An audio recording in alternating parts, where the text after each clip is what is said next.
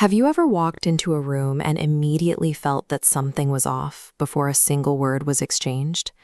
Maybe you sensed the tension lingering beneath polite conversation, or felt yourself becoming anxious without understanding why, only to discover hours later that someone close to you had been carrying hidden anger or fear. For as long as you remember, you might have been told you're too emotional, too affected by other people. Perhaps you've even begun calling yourself an empath. The internet is filled with descriptions of people who act as emotional sponges, naturally drawn toward healing and profoundly exhausted by the weight of other people's suffering. We have to look past the supernatural descriptions and ask how human beings become this way in the first place. Long before we ever assign the label of an empath, there is a child quietly learning the emotional weather of their home. They discover that their physical and emotional survival depends on noticing the smallest fluctuations in the atmosphere around them. No one sat them down and taught them to become observant.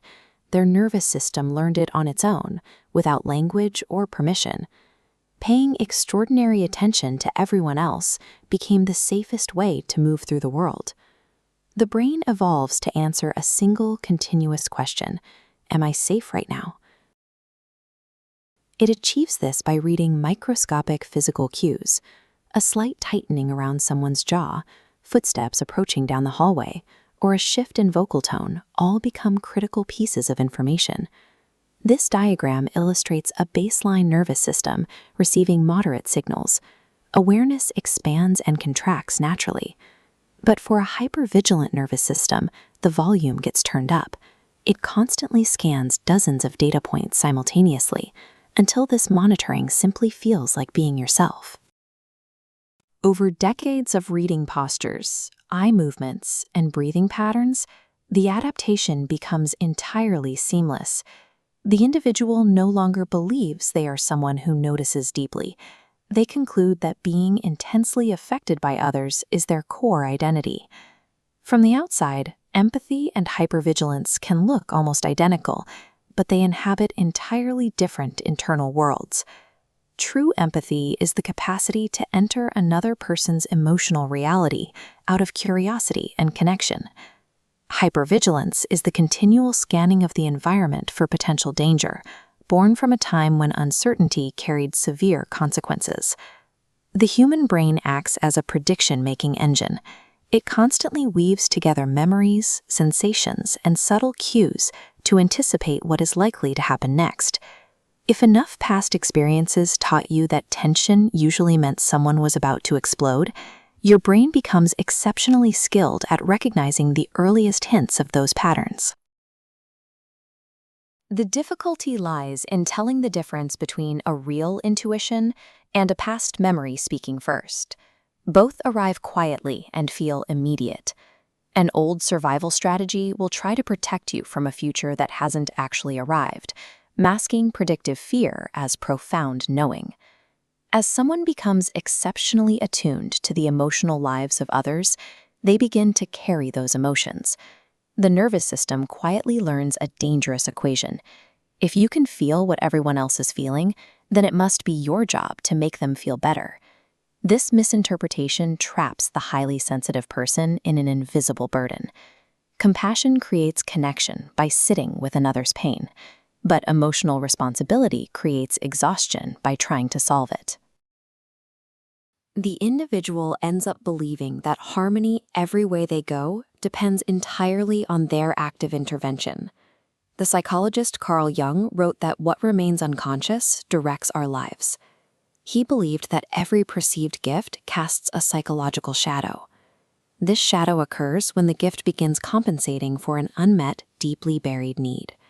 For the empath, this shadow manifests as the rescuer archetype. The rescuer believes that if they can just understand enough and sacrifice enough, everyone will finally be okay. Beneath the mask of generosity hides a tender longing to earn safety, belonging, and love through extreme emotional labor. You see the symptoms of this shadow in everyday life. Deeply sensitive people frequently find themselves in relationships where they act as the therapist instead of the partner, or the emotional translator instead of simply another human being. They manage relationships rather than participating in them. The ultimate consequence of this dynamic is the complete dissolution of boundaries between the self and the other. You leave a conversation feeling completely drained, carrying uncertainty and guilt that belong to someone else. Your own inner world is completely subsumed by the emotions of those around you. When empathy lacks the ability to separate where one person ends and another begins, it ceases to be a tool for connection. It becomes a quiet, invisible act of self-abandonment. Healing from this exhaustion requires challenging the misconception that emotional boundaries are walls. We are often taught that if we truly care, we must always be available, always understanding, and always sacrificing. This visual representation of a natural ecosystem shows how healthy boundaries actually function. A forest is not healthy because every tree dissolves into the others. Connection requires distinct separation. The nodes here are exchanging energy, but each one maintains its individual structural integrity. Developing these boundaries allows you to shift away from being an emotional fixer. You learn to offer a spacious presence. You can witness another person's pain without the compulsion to erase it, and sit beside their grief without trying to rescue it. True empathy was never about absorbing another's suffering until you disappear. It is the practice of remaining spacious enough to walk beside their experience, allowing them to remain fully human, with problems you cannot solve and lessons you cannot learn for them.